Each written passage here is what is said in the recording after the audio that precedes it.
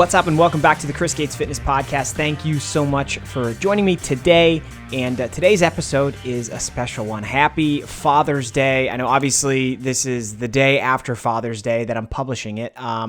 But I guess I hope you had an amazing Father's Day weekend. If you are a dad, this episode is going to be tailored to you. And I'll be honest, if you're a mom, you're going to get a lot out of this as well.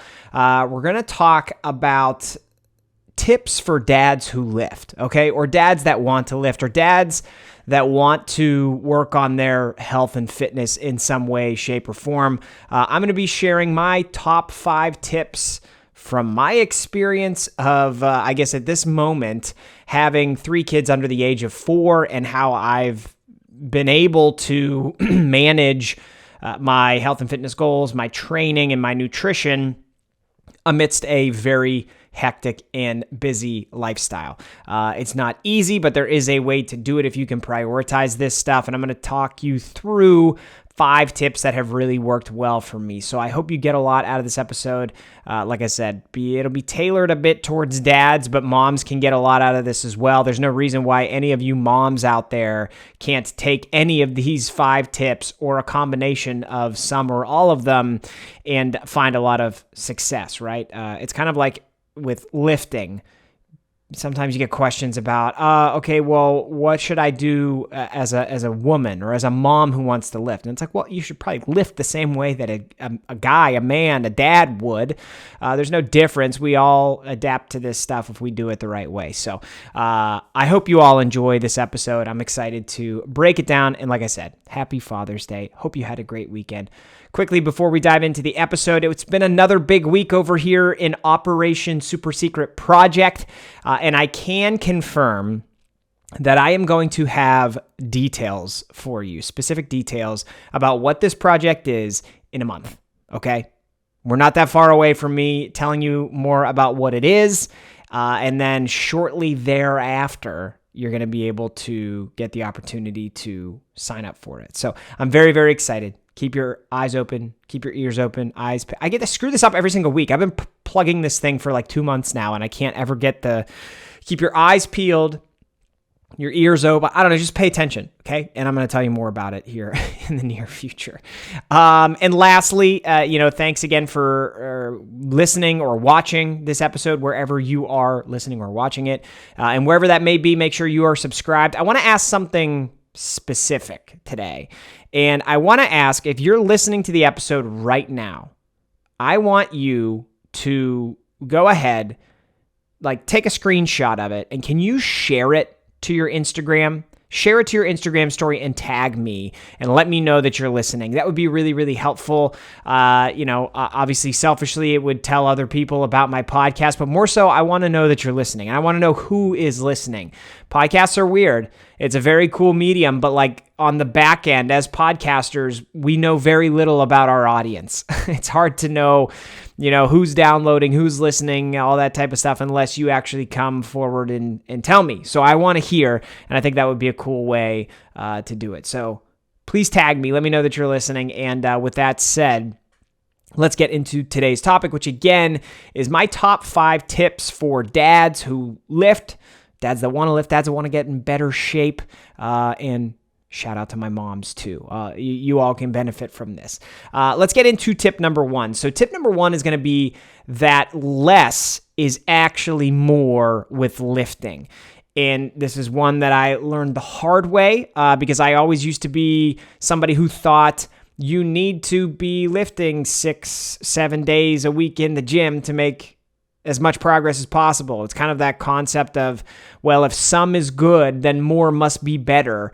And it couldn't be further from the truth. And especially, once you start having kids and you have a family and you have all of these additional responsibilities added to the mix on top of everything else you already have going on, with work, career, hobbies, family, all that stuff, it's a lot of additional stressors, and your body just kind of deals with stress and considers all forms of stress to be the same. So whether it is work or you got, interpersonal things that are struggles, or anything else that may be, causing stress for you and for your body, it's no different than going into the gym and working out and causing muscle damage and needing to repair that. Like, that's stuff that is considered by your body to be stress as well. It's all stress, okay?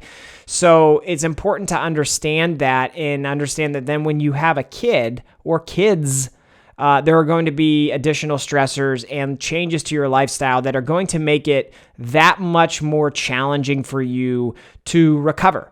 And specifically, I'm thinking of, parents with young kids. As your kids get older, I would assume then that you're always going to have stressors. I think the nature of from what I've told, is that the stress never goes away. It's just like the nature of the problems change. But there are some things that, I think do help you be able to maybe handle a bit more from an exercise standpoint. As your kids get older, you get better sleep and all that type of stuff. But you got to understand that it's going to ratchet up the amount of stressors that you're dealing with on a regular basis. And that in turn is going to make it challenging, okay, for your body to recover from all of this training that you're doing. So anybody that has kids, I would never design them a program that had 6 or 7 days of strength training. Rarely will I do 5 either, unless it's like a very specific scenario or situation. Normally, we're in the range of 3 to 4. It's most clients that I have are parents, and most client programs I design are for 3 to 4 strength training days a week. So when we talk about lifting, that's a much more effective balance for parents and for dads to be able to recover from training. You're still, training. If you're doing 4 days a week, you're still training on most days of the week, but you're giving yourself 3 full rest days, at least full rest from lifting weights, to let your body recover, and you're not piling on too much volume and intensity and stress on your body. If you try to do 5 or 6 or 7, you will probably notice that plateaus happen a lot quicker, if not injuries and setbacks. And obviously, we don't want any of that to happen. So less is more. Less is more with lifting. It's a hard mindset to break when you always have assumed that more is more, but I promise you less is more, and you will actually see more progress from reducing your overall workload. So that's a really important one to start with.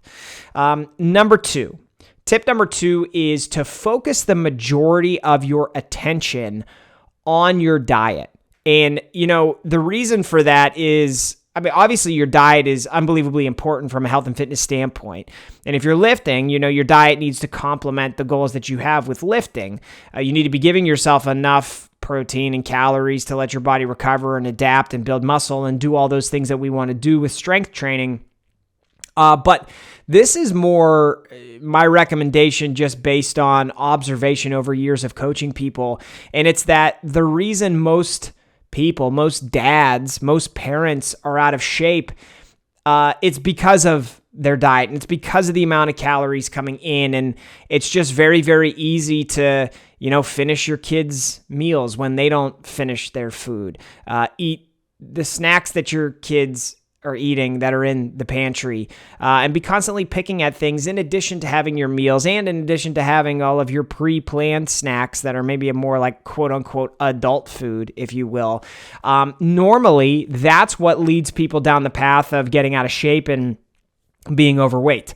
And yes, there's the sedentary aspect of it as well, where, oftentimes the amount of exercising that you do goes down because the amount of free time you have goes down. But you could not exercise at all and still technically stay at a healthy body weight if you're managing your diet appropriately. And now, obviously, that's not what I recommend anybody to do. I would never recommend to anybody and say like, hey, just don't exercise at all. There's so many positive benefits from a physique standpoint, but from a health standpoint. Overall health is benefited by regularly lifting weights and doing cardio and whatnot. So, that all is there and very relevant, but you could go without it and still be at a healthy body weight. But it comes down to the fact that you need to manage your diet, you need to manage your calories, and make sure that what you're putting in your body is mostly whole and nutritious, with understandably the fact that you're going to have indulgences here and there. There's nothing wrong with that. And with a flexible diet approach, you can absolutely work some foods like that into the mix. but you need to be controlling calories and you need to be giving your body most of what it wants and needs through nutritious foods and a high protein diet to allow your body to get in a position to promote better overall health and to promote getting in better shape and being fit. Okay, so focus the majority of your attention on your diet. If you think about it, if you're training 4 days a week, if you're doing 4 days a week based on my recommendation of strength training, that's probably 4 to 5 hours that you're in the gym the entire week. And all the other time of day, you're not in the gym, but you're spending a lot more time eating or planning and prepping meals than you are actually being in the gym exercising. So since you're spending more time and since your diet, your nutrition is kind of like an all-day thing as opposed to the gym, which is a 1 hour thing, you need to be focusing the majority of your attention on your diet. That's very, very important. Okay, tip number 3 is walk. Walk every single day. Set a step count goal for yourself and try to hit it every day. Try to hit at least 7,500 steps a day or more. And whatever that step count goal is that you start with, once you get really good at hitting it, raise it. And continue to try to increase your steps. Be regularly active is what this one comes down to. There's nothing magical about walking other than if you have a step count goal and you're focused on hitting it each day, it's going to force you to think about being more regularly active throughout the day, every single day. And there's, been new emerging research over the last couple of years that shows people with higher step counts tend to live longer, quite simply because it's a very healthy habit and it can really help you maintain a healthy body composition. Oftentimes people think, well, the role of exercise is to burn calories. And so I'm going to go into the gym and do the highest calorie burning exercise or workout routine that I can to accomplish that. And number one, that's a flawed approach. But if you've listened to my podcast for any length of time, you understand why. So I'll skip that and just talk about how, if you're going into the gym and you're focused on burning as many calories as you possibly can, what research also shows is that what tends to happen is that when you're not in the gym, you actually do less daily activity. Because you exhausted yourself so much in that workout, you spend the rest of the day sitting. You don't move as much as you normally would because you're so exhausted, and net across the entire day, you net fewer calories burned than you would have if you just did a normal workout and tried to move and be more active throughout the day every single day. So I love with my client programs to pair strength training with a step count goal. And then maybe we'll do a formal cardio workout here or there, but I love pairing step count goals with strength training because they just work. They just lead to better results. I'm doing a cut right now at the time of recording this video and recording this podcast episode for you. I am in my summer cut. I'm in 6 weeks of my summer cut here. This is nearing the end of week 6. And I am down 7 or 8 pounds in those 6 weeks. I have not done a planned cardio session. Not one. Because I've just focused on a step count goal, and my steps have slowly gone up from in the 9,000 per day range to now I'm in the 11 to 12,000 per day range over those 6 weeks. I've slowly increased that step count. And I've seen body fat come off. It's never been easier. It honestly has never been easier. I have a walk pad at home, so I put the walk pad underneath my desk, and while I'm working on stuff, I have it going at a 1.5 mile per hour pace, very slow. So it's super easy for me to type and focus on my work while I just move, and I'm moving. And so that helps my body burn calories. It helps me burn fat throughout the day. And it's almost, not almost. It's mindless. I don't have to focus on it at all. And then with the kids, when they get home from school, we always go out, we play outside, we go for walks after dinner and stuff like that. On the weekends, we're very active as well. And I should mention, as part of this cut, I'm eating higher calories on the weekends. I'm eating almost 3,000 calories a day on the weekends.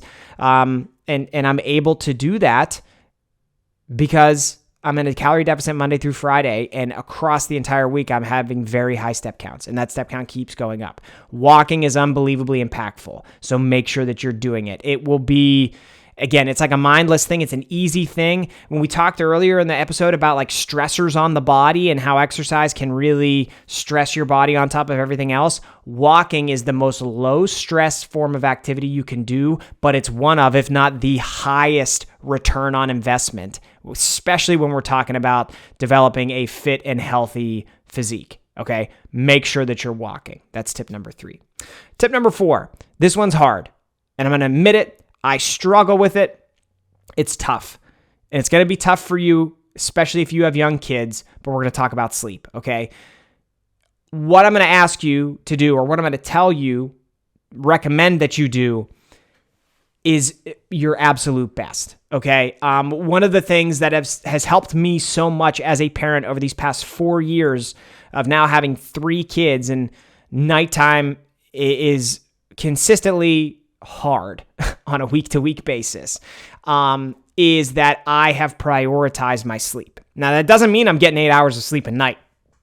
I may get 8 or 9 hours of time that's intended to be in bed, and then depending on how the night goes, I may only get 5 or 6 hours of actual sleep, but I would not be able to even get 5 or 6 hours of actual sleep if I disregarded my nighttime routine, if I disregarded the impact that sleep can have on my health and my recovery from my training program, and I stayed up until 11 o'clock each night and did whatever the hell I wanted and said I'll sleep when I'm dead. Like, a lot of people have that approach. A lot of parents also can't turn the TV off. They can't put their phone down. They can't focus on what's most important from a health and fitness standpoint. But if you've made it this far in the episode, obviously you're concerned about this. This is something that's important to you, and you want to figure out how to do this better and manage it as a dad or as a parent. Sleep is so important. I mean, I never thought I could say this, but like, I'm a huge sports fan, as you probably know, especially if you're watching the video episode. There's all kinds of sports stuff behind me. If you're not watching the video episode, make sure you subscribe to my YouTube channel. It's just youtube.com/ChrisGatesFitness.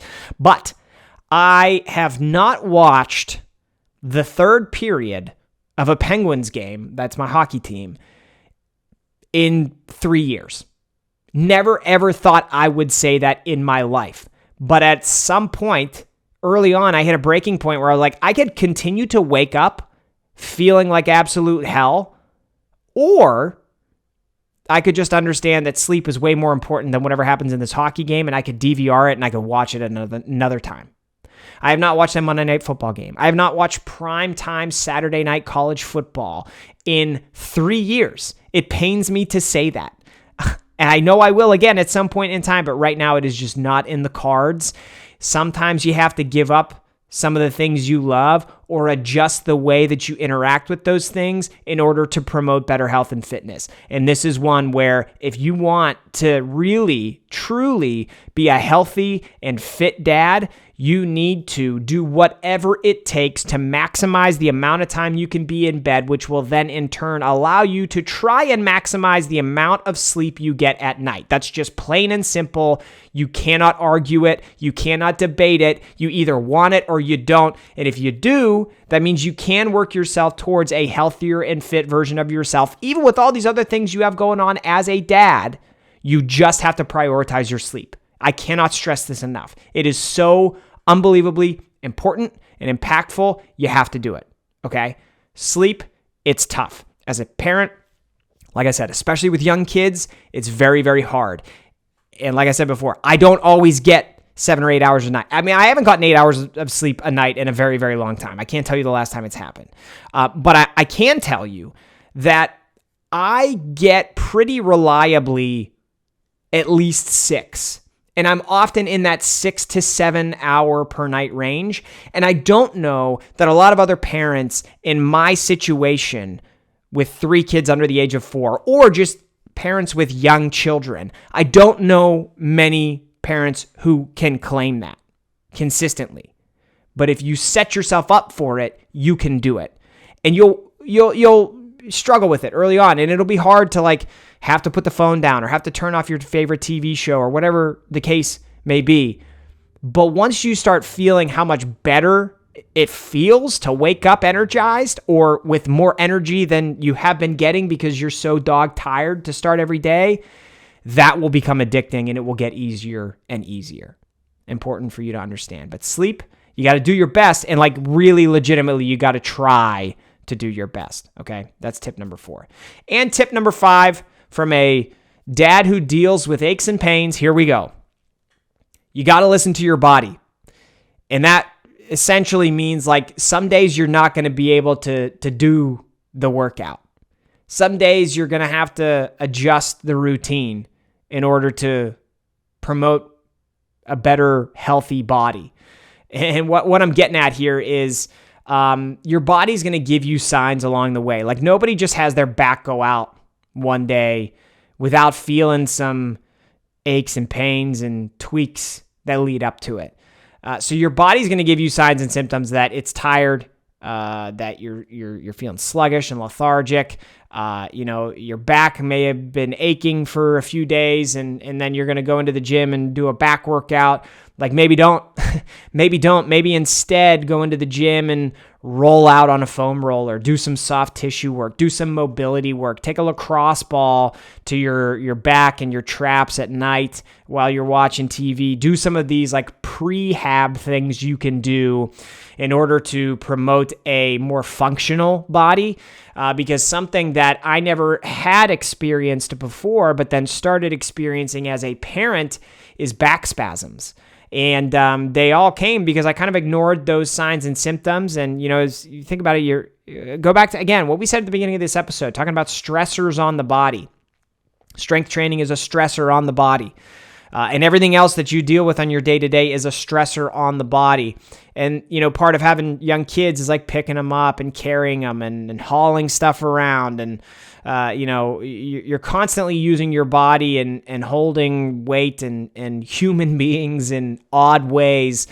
And it takes a toll. And you got to have that body be able to show up each day to do those things. Because if you can't do those things, who's going to do them? You're going to put all that on your significant other? Then that makes things a lot more challenging, and that's not fair, right? So you got to be able to be there physically just as much as mentally, emotionally, all that good stuff. You got to listen to your body and get ahead of those potential problems. So like what happened to me is all those things I just mentioned. Like I kept training like I normally would, kept really loading my body, loading my spine with a lot of weight. I was obviously carrying my kids around all the time and, doing dishes, cleaning up the house, doing all these things where it's all stressors that are placed on my back, my mid-back. Eventually, my body just gave out and I had a series of back spasms. And I remember one of them so vividly. I don't think I'll forget this till the day I die. Woke up because my daughter woke up in the middle of the night and I got out of bed and bent over to pick up my hoodie to put a hoodie on. I picked the hoodie up off the ground and my back went out on me. And it was so painful that I couldn't move. I was paralyzed on the floor and it was so painful. I couldn't even speak. It was like the breath was taken out of me. I was gasping for air, gasping for breaths, trying to call my wife's name. We had a sound machine going, so she couldn't hear me at all. And it was like this scene from a movie where like you know where help is. You're desperately trying to request that help and call for help, but you can't. It was a nightmare. And that was really a moment for me where I started taking this prehab stuff a lot more seriously. And since then, things have obviously gotten a lot better. Now, I'm not guaranteeing that you're going to have back spasms and run into a situation like that, but everybody has their own kind of version of that, where if you don't pay attention to the signs and symptoms and listen to your body, you probably will end up with some type of injury that is pretty debilitating in some way, whether it be for you or for how your family wants to operate. Okay, so listen to your body. Understand that like if you have a workout scheduled for Wednesday, you wake up Wednesday and your body aches, then you're not working out Wednesday. And that's okay. The workout can be pushed to a different day of the week, or it could be a workout that you skip that week. And you know what? You show up and you'll do it next week, and that's okay. And one skipped workout across 52 weeks of the year is a very minor blip on the radar. It's not that big of a deal. I want you to listen to your body so that you're not only able to be healthy and fit and lift and train well and have good performance and recover and all that stuff, but like so that you can be there for your family and for yourself too, because that's something that took me too long to realize. So that's tip number 5. run through the 5 tips again, just as a reminder to recap things. Tip number 1, less is more with lifting. Do not work out 5 or 6 or 7 times a week, please. Tip number 2, focus the majority of your attention on your diet. Tip number 3, walk every single day. Tip number 4, maximize the amount of time you can spend in bed. Prioritize your sleep. And tip number 5, listen to your body so you don't end up like a pathetic cripple like me that night when I couldn't get up off the floor. And if you do those things, you will have, you're going to set yourself up for a lot of success with being a fit dad, a fit mom, a fit parent, and be able to continue to incorporate fitness into your lifestyle with everything else you got going on. So thank you again so much for listening and or watching this episode. I love you for being here. Thank you so much. If you haven't subscribed yet, make sure that you do. Again, especially if you made it this far, take a screenshot right now. Take a screenshot. Put it on your story, tag me. I want to know that you made it this far, and I want to know that you're listening because I very much appreciate it. And I'm looking forward to talking to you in the next episode next week. So thank you again. I hope you have an amazing week, and I will talk to you again soon.